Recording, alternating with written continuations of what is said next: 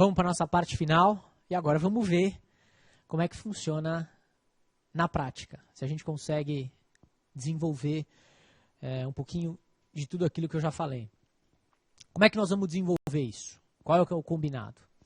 Vou passando alguns exercícios e é óbvio que a ideia é que o material tenha mais exercícios daqueles que a gente faça em sala. Então, sempre vou colocar 4, 5, 6 e a gente vai fazer 2, 3.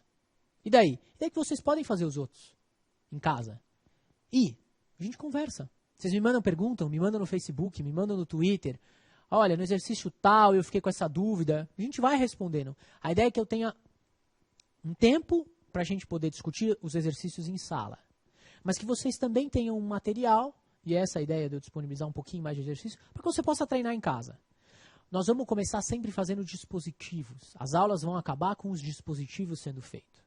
Por quê? Porque o dispositivo é o que tem de forte na parte processual. O relatório, eu já dei a técnica para vocês. Algumas provas vão exigir, outras provas não vão exigir. Mas eu já tenho aquele modelinho, aquela formazinha que eu ditei, salvo engano, na outra aula. Trata-se de ação, não sei o que. Em contestação, isso, é o relatório. Nós já temos essa forma. A fundamentação. Alberto, o que é a fundamentação? A fundamentação é o que vocês têm muito forte, que é o direito material. Vocês vieram aqui para ter parte prática. Então eu dou algumas noções de processo com algumas inclusões que a gente pode usar na prova e jurisprudência. E vamos focar bastante no dispositivo, que é o que tem de diferente. Direito material é direito material. Nós vamos ter aula para trabalhar uma sentença do começo ao fim.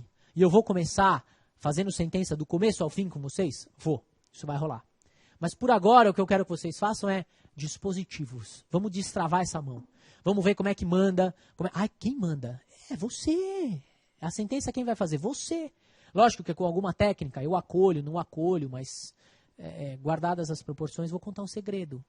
Se vocês são os juízes das respectivas causas que estamos decidindo, vocês vão decidir, vocês vão rejeitar, vocês vão indeferir, vocês vão confirmar a tutela, sei lá. Tá bom? Então, eu coloco o exercício, dou para vocês aí uns 5 minutinhos, vou para o Word e faço com vocês. Faço com vocês. E vou fazendo com inúmeras possibilidades para que a gente tenha várias alternativas para ir preenchendo o exercício, para vocês terem um maior número de respostas. E depois esse material sobe para a área do aluno. Tá bom? Vamos lá.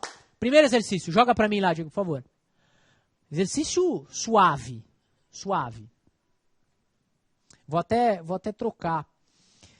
O juiz condena o réu ao pagamento de R$20 mil a título de indenização por danos morais. O autor pediu 100 mil. Como é que eu faço esse dispositivo? O autor pediu mais do que eu dei, mas era um pedido de dano moral. Vamos trabalhar ele?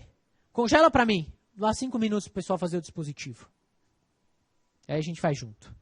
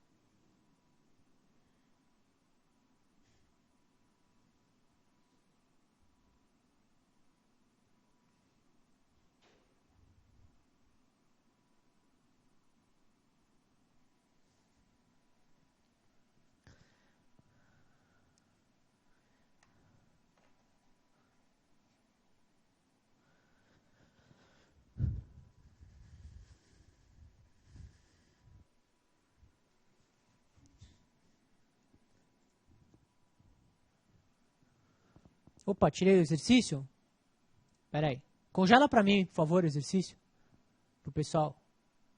Isso. Foi? Legal.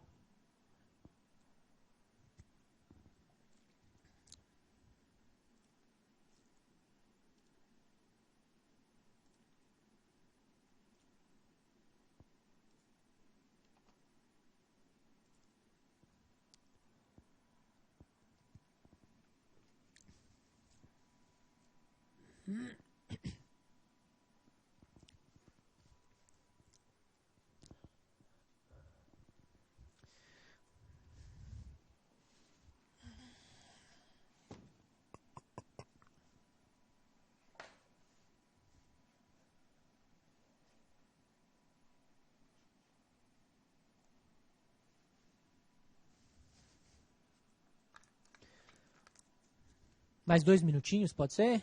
2 com cara de 3, vocês querem? Ah, tá bom, já entendi. 2 com cara de 3 com jeitinho de 4, né? Tá bom.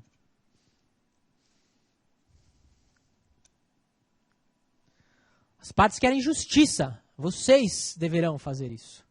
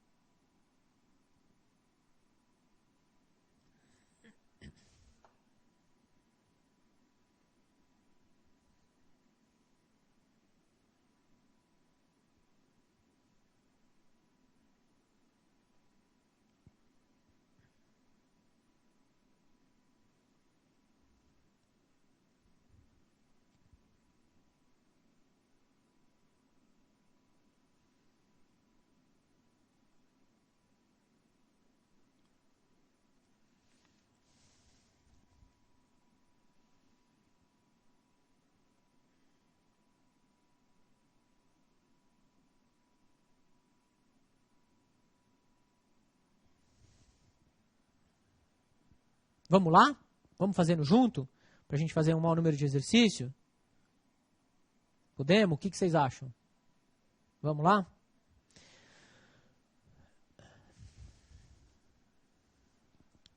Diego, joga aqui para mim, por favor. Isso.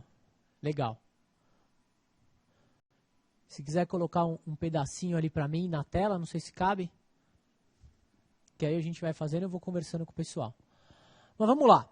Pedido. Como é que ficou o nosso problema? Nosso problema era... O autor pediu uma indenização de 100 mil E o réu, isso, perfeito. E o réu, e o juiz condenou em 20 mil. Um valor inferior à indenização por abalo moral pleiteado pelo autor. Vamos fazer então esse dispositivo. Se a letra estiver pequena, vocês me avisem. Tá pequena?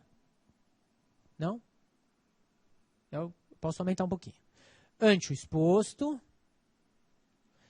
porque eu já dei o dispositivo que vocês têm que fazer, né? Mas ante o exposto, o que eu tenho que colocar? Julgo parcialmente procedente. Peraí, deixa eu arrumar isso aqui para ficar melhor.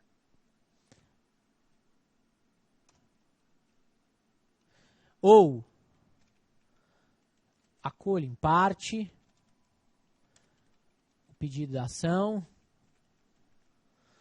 julgo parcialmente procedente a ação. Só coloquei duas formas diferentes para dizer a mesma coisa. Com resolução de mérito, nos termos do artigo 487. Vocês estão com o código? Quem está com o código aí? 4871, né? Eu acho que o 485 fala de julgamento sem resolução de mérito e o 487 com julgamento de mérito. Confere? Tudo bem? Confere? Com julgamento. Inciso 1. Legal. Do CPC para. O que nós vamos fazer aqui? Eu vou colocar o 1, porque essa é uma dica. Tentem pontuar os pedidos. 1, 2, 3, 4, porque vocês vão saber. No meu caso, nós só temos o pedido 1. Então eu poderia tirar 1. Só estou colocando por forma, para a gente criar uma disciplina. Tem vários pedidos, nós vamos ter que julgar todos eles. Se você já olhou no problema que são 3, 4, então o que você vai fazer? Opa, eu já sei que eu tenho que ter 1, 2, 3, 4. Se não está batendo no teu dispositivo, é que você esqueceu de algum pedido. Aqui só temos 1, eu nem precisava colocar, mas só para lembrar. Condenar o réu ao pagamento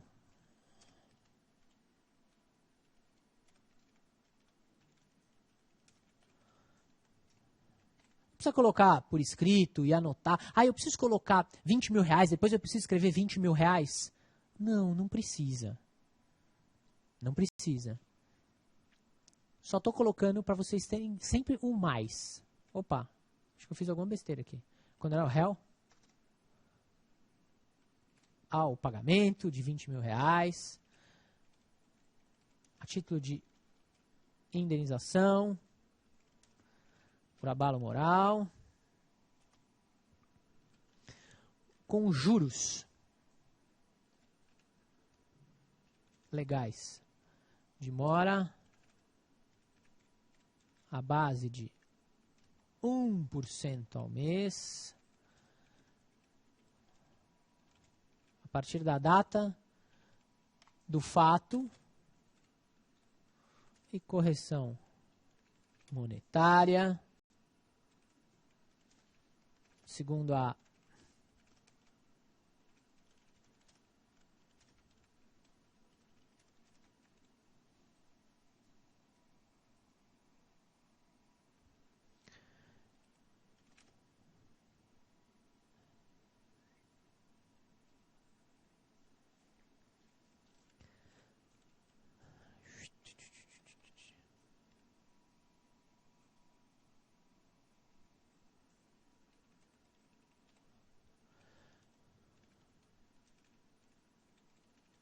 partir dessa data, fixação, né? Fechamos? O que mais eu preciso colocar aqui? Precisamos fazer um segundo parágrafo. Eu posso colocar item 2, Alberto? Posso. Vou colocar como item 2. Eu, particularmente, gosto disso? Não, eu não gosto. Eu acho que, às vezes, a gente se atrapalha. Eu prefiro fazer um parágrafo à parte. Mas tudo bem, ninguém vai morrer por causa disso. Deixa eu só arrumar uma coisa aqui, para deixar claro que é um parágrafo. Item 2. Condenar o réu ao pagamento de custas e honorários advocatícios, os últimos arbitrados em 10% do valor da condenação, na forma do artigo 85. E eu vou precisar... Confere para mim, que eu acho que é parágrafo 1º. Você olha para mim, por gentileza? Sei que você está com o código. Aquele que fala que fixa de 10 a 20.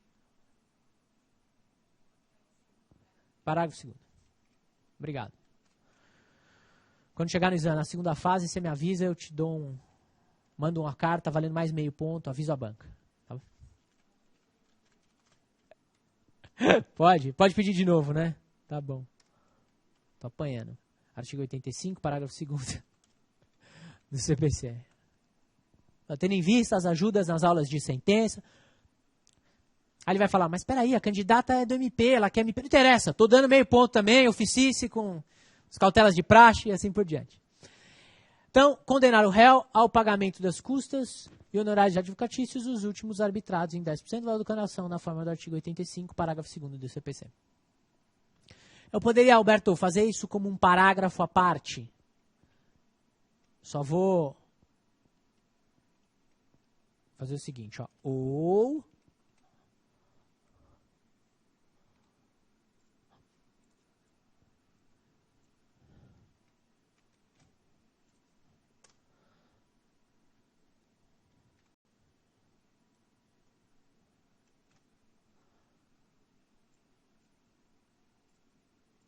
Tá bom? Eu só coloquei essa segunda parte, gente, coloquei só essa segunda parte num parágrafo à parte. Eu acho que fica melhor destacado.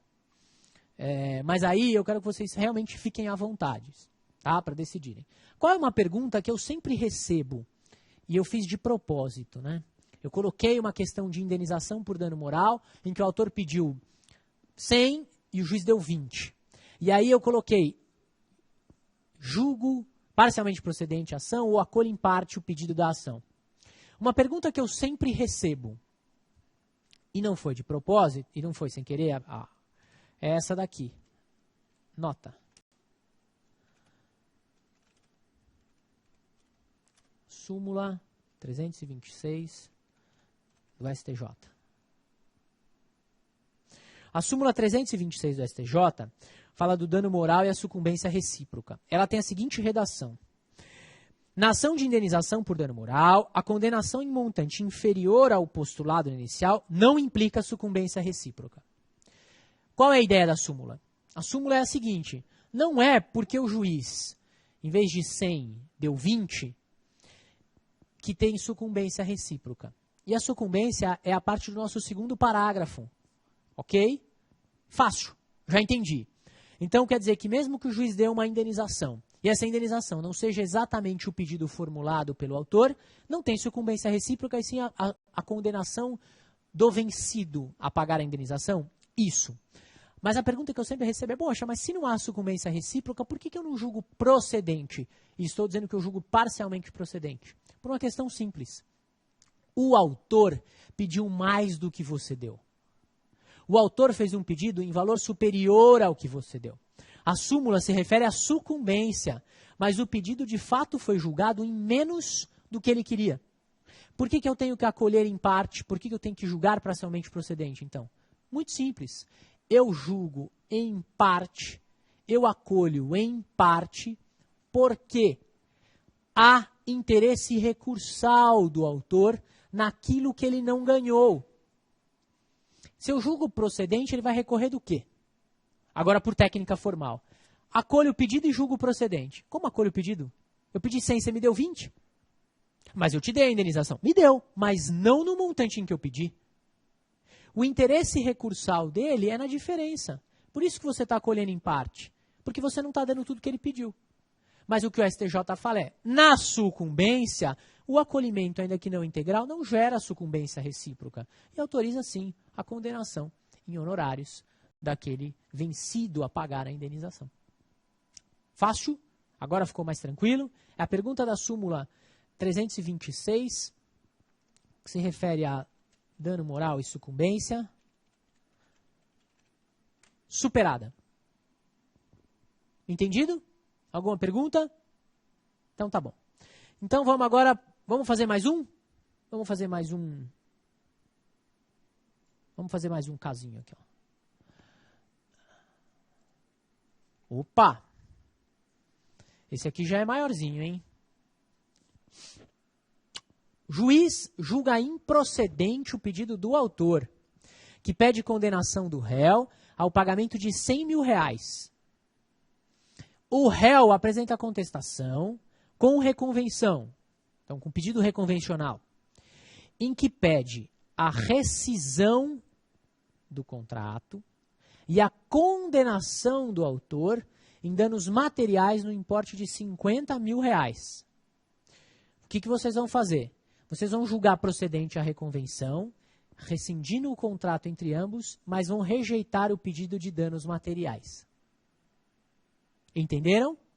Então vocês vão rejeitar o pedido do autor quanto à indenização, vão rejeitar o pedido de indenização material do réu, mas vão acolher o pedido do réu de rescisão de contrato. Vamos fazer esse agora? Esse já é um pouquinho maior, né? Porque nós já temos 2 parágrafos aí, importante para o pedido inicial. Já estou falando demais até, mas vamos lá. O primeiro parágrafo para a minha ação original. E aí, o segundo parágrafo para a reconvenção. Pode congelar, Igor, para a gente trabalhar esse probleminha agora.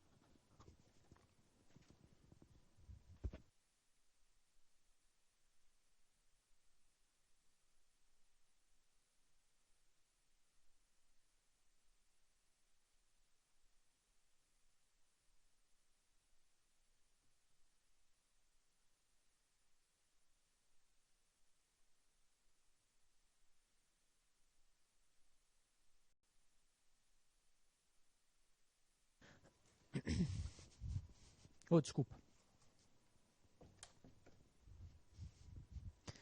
Estão indo bem? Como é que vocês estão? Estão precisando de alguma coisa? Tá funcionando? Não? Médio? Gente, assim, a ideia é eu ajudo. A gente vai... Ninguém vai bombar se eu ajudar.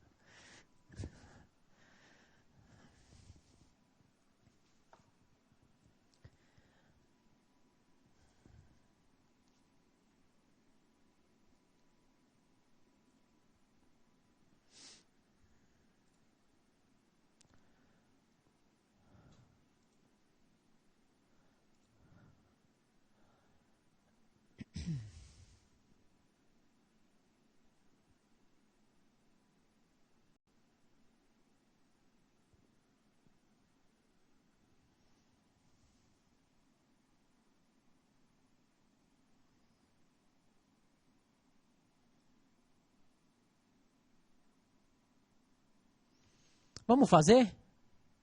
Diego, traz para mim. Vamos fazer. Aí a gente faz junto. Eu recebi uma pergunta aqui dizendo o embargo de declaração no meu dispositivo. Quem mandou a pergunta foi a Clara. Ela falou assim, no dano moral, os juros da data do fato e a correção da data da sentença, pensei que fosse o contrário. A mora não é a partir da decisão. Então, é por isso que naquela tabelinha, o que eu me preocupei em fazer? Eu coloquei as posições do STJ e os fundamentos. Então, na súmula 54 do STJ quanto a juros, a responsabilidade extracontratual, e eu estou imaginando que o dano decorre de um fato extracontratual, porque senão cai na regra do contratual. Eu juntei julgados aqui do STJ no material de vocês. Então, a dúvida poderia ocorrer se eu tivesse dado mais elementos. Não dei. Daria para interpretar se fosse em razão de uma responsabilidade contratual dano moral. Em não sendo, se for extracontratual, data do fato. A gente sai do 398 do Código Civil e na súmula 54. Para juros. Para correção, a data do arbitramento na fórmula da súmula 362 e a incidência da tabela prática autoriza para dano moral a correção do momento em que eu arbitrei. Porque até então, antes do arbitramento, não havia correção a incidir. Tá certo? Qual é a ideia de correção? Não é a mera atualização do valor arbitrado. O valor foi arbitrado agora. Foi agora que foi arbitrado. Então, daqui em diante, que a correção incide para que eu tenha a mera composição do valor entendido como suficiente para fins de reparação do prejuízo moral. Tá bom? Vamos fazer então agora o segundo. O segundo caso. Opa. Pode jogar isso, pode jogar na tela aqui. O segundo, acho que com isso a gente vai bem. Vamos lá. Segundo caso. Ante o exposto, preciso ler o probleminha. O que nós fizemos aqui? Julgo procedente? Não, julgo improcedente, né? Julgo improcedente. Vamos colocar rejeito o pedido da ação. Julgo improcedente a ação, também podemos colocar. Com resolução de mérito, nos termos do artigo 487.1 do CPC, só julgamos improcedente, não foi? Condeno, esse é o caso, condeno o autor ao pagamento de custas e honorários. Vou voltar para o meu código.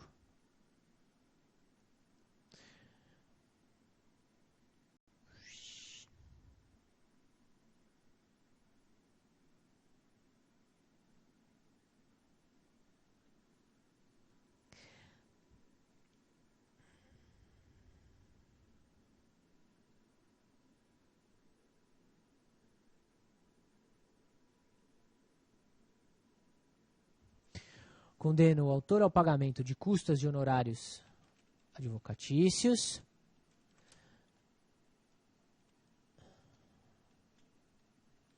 Os últimos fixados em, vamos lá, 10% do valor da causa, na forma do artigo 85, parágrafo 2º,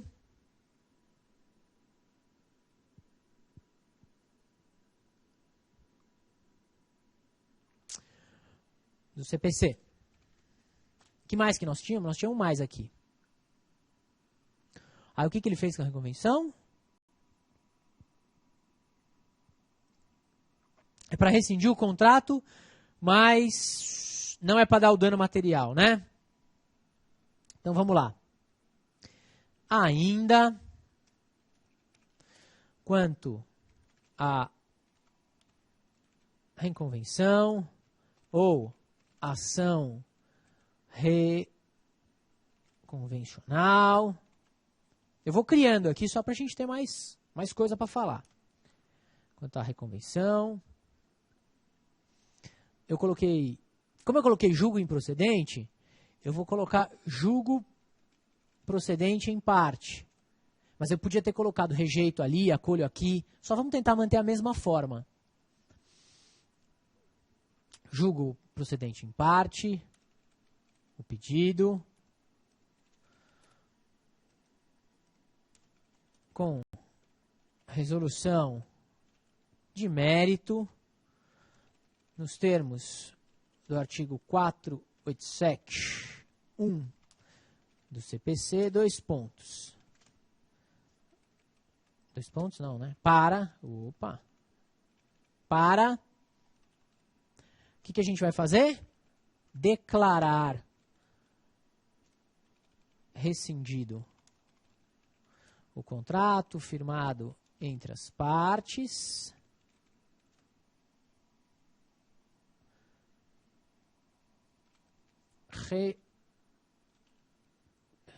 rejeitado o pedido de indenização. Vamos mudar. Vamos colocar um ou. Vou abrir o item 2 e colocar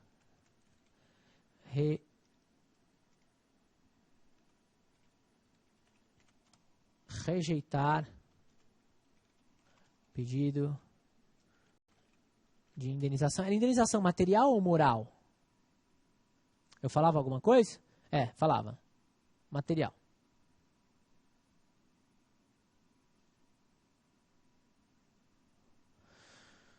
São material. Vou fazer de novo dos dois jeitos. Vou colocar esse ou entre parênteses para vocês não se atrapalharem.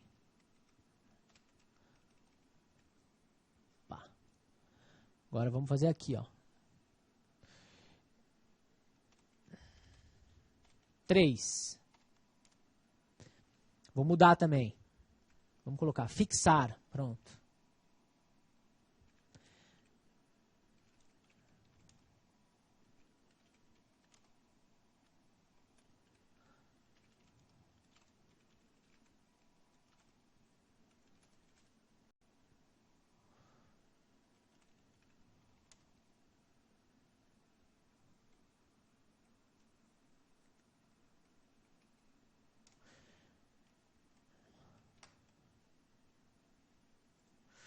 Fixar que cada parte arcará com metade das custas e com os honorários advocatícios de seu advogado em razão deste acolhimento. Acolhi só um pedaço, né? Todas as partes ganharam e todas as partes perderam. Alberto, em vez de 3, eu posso optar por um ou aqui e colocar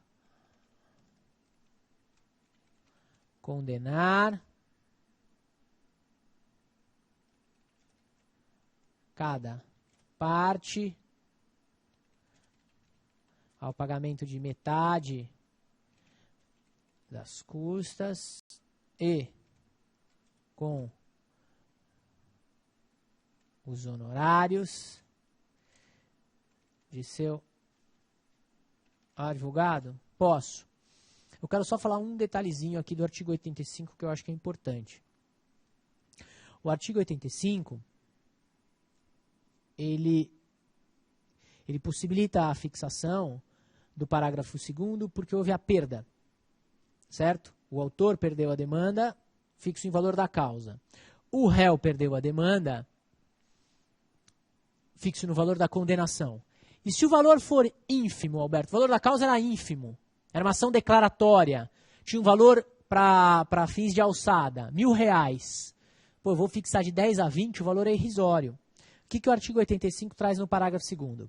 Os honorários serão fixados entre o mínimo de 10% e o máximo de 20% sobre o valor da condenação, do proveito econômico obtido, ou, não sendo possível mensurá-lo, sobre o valor da causa atualizado atendidos. Grau e zelo do profissional, lugar da prestação, a natureza, a importância da causa, trabalho realizado pelo advogado, tempo exigido ao serviço e assim por diante. Então, vocês podem fixar um valor em reais? Podem. Olha aqui, parágrafo 6º. Os limites e critérios estabelecidos no parágrafo 2º e parágrafo 3º aplicam-se independentemente de qual seja o conteúdo da decisão, inclusive aos casos de improcedência ou de sentença sem resolução de mérito. Então, eu vou observar da mesma forma os critérios do parágrafo 2º e parágrafo 3º é fazenda pública, né? Nas hipóteses em que se mostrar improcedente a demanda. Acho que vale a pena esse cuidado. Lembrando que no parágrafo 8º, em reforço ao que eu disse do parágrafo 2º, estabelece, nas causas em que for valor inestimável ou irrisório o proveito econômico, as ações declaratórias trazem isso. Ou, quando o valor da causa for muito baixo, e eu dei aqui um exemplo, o juiz fixará o valor dos honorários por apreciação equitativa, observado os critérios, observado o disposto nos incisos do parágrafo 2º. Então, eu vou olhar o trabalho realizado, a complexidade do trabalho, o tempo de duração do trabalho para fixação em honorários. Certo? Tranquilo? Então tá bom. Gente, acho que com esses dois probleminhas e como a aula já está acabando, a gente já fica com uma noçãozinha rápida do que nós vamos ter para fazer quanto a honorários, quanto a fixação de indenizações e assim por diante. Hoje eu me preocupei em estabelecer exercícios em que a gente tivesse só o pedido principal e também o pedido principal mais reconvenção.